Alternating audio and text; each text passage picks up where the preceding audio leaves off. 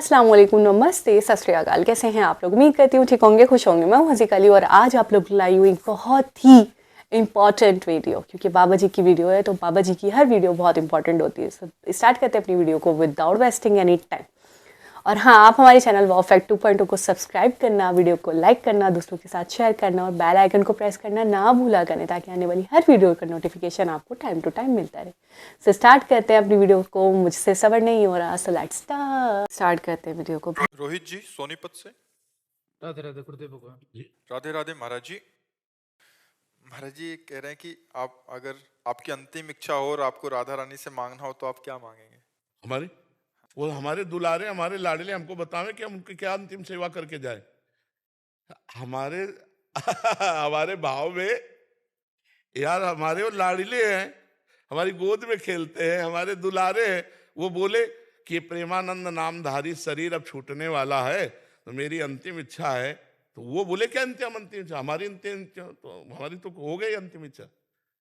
हमारी अंतिम इच्छा हो गई क्या? प्यारे जो हमारे मिल गए। अब उनकी अंतिम इच्छा हम पूरी करने के लिए, हम अपनी अंतिम इच्छा थोड़ी, हम तुमसे बात कर रहे हैं उनकी इच्छा पूर्ति के लिए, अपनी इच्छा के लिए नहीं। अब समझ पाओ तो समझ पाओ। हमारी कोई इच्छा नहीं, हमारी इच्छा पूर्ति हो गई। हमारी लाडली जो, हमारे प्यारे जो, अब वो क्या अंतिम इच्छा है?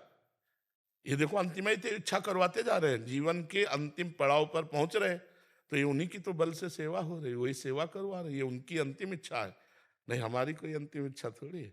हमारा कोई, वही उनकी इच्छा है। तो अगर हमसे श्री जी पूछे कि तुम्हारी अंतिम इच्छा क्या है, तो हम पूछेंगे आपकी अंतिम इच्छा क्या है?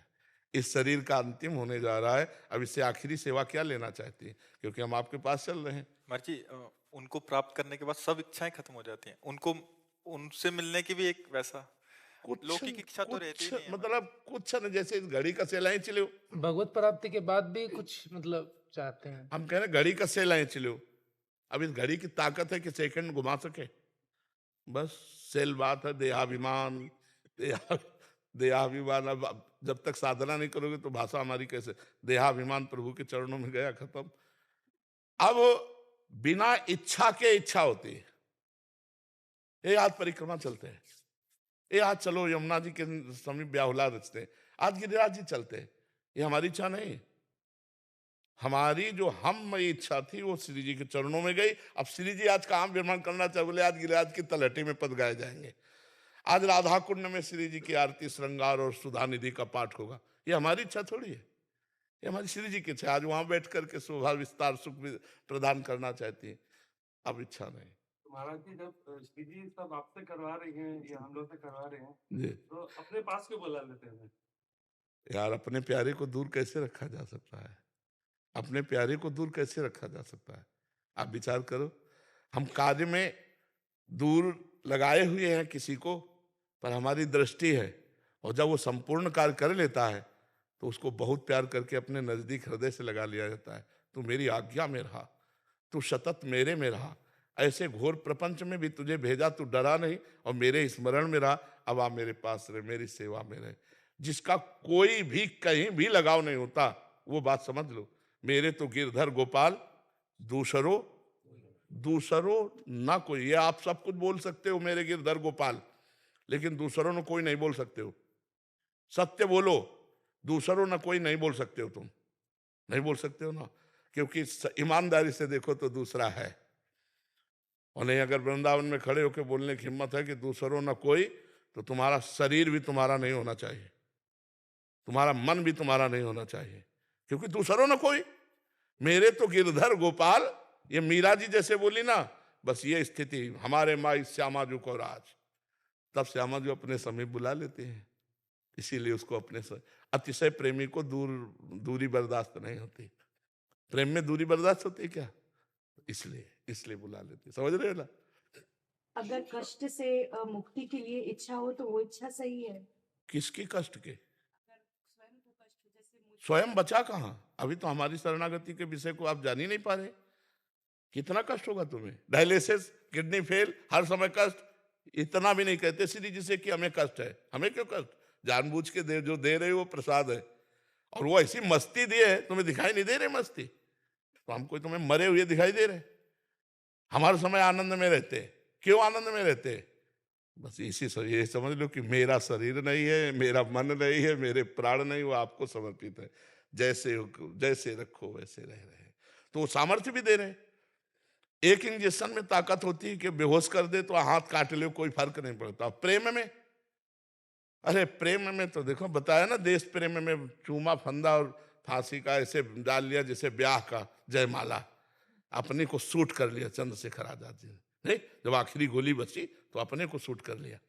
तो कहाँ प्राणों का मोह रह जाता है जब प्रेम हो जाता है देश से या भगवान से। कष्ट सहने, कष्ट निवृत्ति के लिए इतना कष्ट नहीं देंगी। 100 ग्राम कष्ट देंगी तो 1 किलो आनंद दे देंगी। 900 ग्राम ऊपर दबा रहेगा तो क्या फर्क पड़ता है। अब संसार के भोग भोगे हो, प्रभु से मतलब नहीं रहा, पापाचरण किए हो तो आनंद है ही नहीं, तो रोगे नहीं और करोगे क्या। सच्ची बात समझ लो, हम खुली बात कह रहे हैं। अगर भगवान के प्रति समर्पण नहीं, भगवान का नाम जप नहीं है तो फिर और कौन सा पावर आपको बचा सकता है।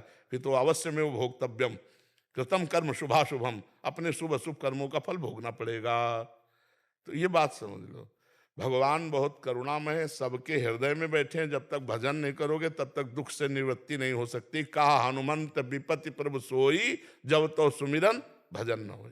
ये बात समझ लो। अच्छा, पापा जी हमेशा बहुत गहरी बात करते हैं और ये बात वाकई सोचने की है कि अगर आपको कष्ट या आपको तकलीफ़ 10% मिलती है और 90% आपको आनंद मिल जाएगा, तो जाहिर सी बात है आपको वो 10% तकलीफ़ या दुख या जो भी कष्ट है या जो भी पीड़ा है वो कहाँ फील होगी आपको बिल्कुल भी फील नहीं होगी, क्योंकि आप तो आनंद में मस्त रहोगे। जैसे कि बाबा जी हैं, मुझे याद आता है मैंने एक शॉर्ट देखा था या एक वीडियो देखी थी प्रेम आनंद जी महाराज की, तो उसके अंदर वो हंस रहे थे और बता रहे थे कि बहुत सारे लोग ये कहते हैं कि ये तो ऐसे ही बोलते हैं कि इनका डायलिसिस होता है या इनकी किडनीज फेल है, तो बिल्कुल फिट है, ये तो कितने मतलब मस्ती में लगते हैं, ये तो कितने मतलब खुशबाश रखते हैं, खुशो खुर्रम लगते हैं, इनकी किडनी फेल है या इनका डायलिसिस होता होगा। ये लोगों को पागल बनाते हैं। और आप यकीन करें, उन्होंने ये कहते कहते बिल्कुल शो करा अपना बॉडी पार्ट, और बाकायदा वहाँ पे ड्रेसिंग हुई हुई थी और वहाँ पे कट लगा हुआ था।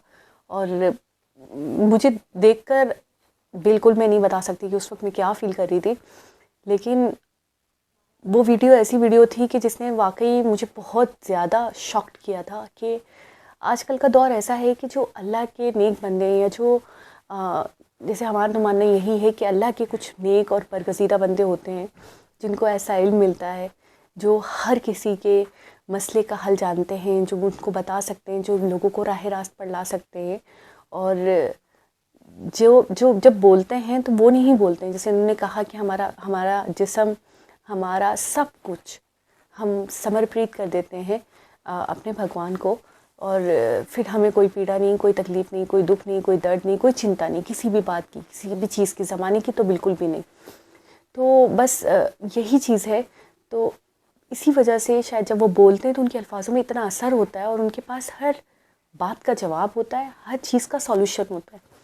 बहुत सारे क्वेश्चन ऐसे होते हैं कि हमसे कोई करे तो हम जवाब ही ना दे पाएँ, हमें तो पता ही ना हो। जैसे इन्होंने कहा कि जो पीड़ा होती है उसका क्या, तो उन्होंने फ़ौरन बोला कैसी पीड़ा, कौन सी पीड़ा। तो बहुत बड़ी चीज़ होती है, ये समझाने की कोशिश कर रही हूँ, पता नहीं मैं समझा पा रही हूँ कि नहीं समझा पा रही हूँ, कि ऐसे लोग जो वाकई ऊपर वाले के करीब होते हैं, इनकी ज़बान में और इनके पास हर बात का जवाब होता है, आपकी हर मसले का हल होता है, और ये आपको राह रास्त पर ला सकते हैं, या आपको सही दिशा दिखा सकते हैं, या आपको गाइड करके आपकी रहनुमाई कर सकते हैं। ठीक है, और ये बहुत कम लोग हैं, ऐसे चंद लोग हैं, क्योंकि जाहिर सी बात है दूसरों की वजह से फिर ऐसे लोगों को भी लोग चाहकर भी गलत समझ रहे होते हैं। जैसे एक वीडियो में मैंने देखा, मैंने बताया भी आप लोगों को कि बहुत दुख और तकलीफ़ भी हो रही थी कि लोग ऐसे कमेंट्स करते हैं या ऐसी बातें करते हैं कि, और लेकिन बड़ी बात है कि वाकई इनको देखकर फील नहीं होता कि इनके साथ इतने मसले मसाइल हैं, इनके साथ इतनी प्रॉब्लम्स है, उसके बावजूद ये बैठे हैं, लोगों के मसले मसाइल हल कर रहे हैं, लोगों को एक दिशा बता रहे हैं, लोगों की बातें सुन रहे हैं, उनके मसले सुन रहे हैं, उन्हें गाइड कर रहे हैं। ठीक है, तो ये बहुत बड़ी चीज़ है। मैं इस चीज़ के लिए बहुत ज़्यादा अप्रिशिएट करूँगी बाबा जी को। और वाकई हमें ये सोचना चाहिए कि हमारी जो लाइफ है ये बिल्कुल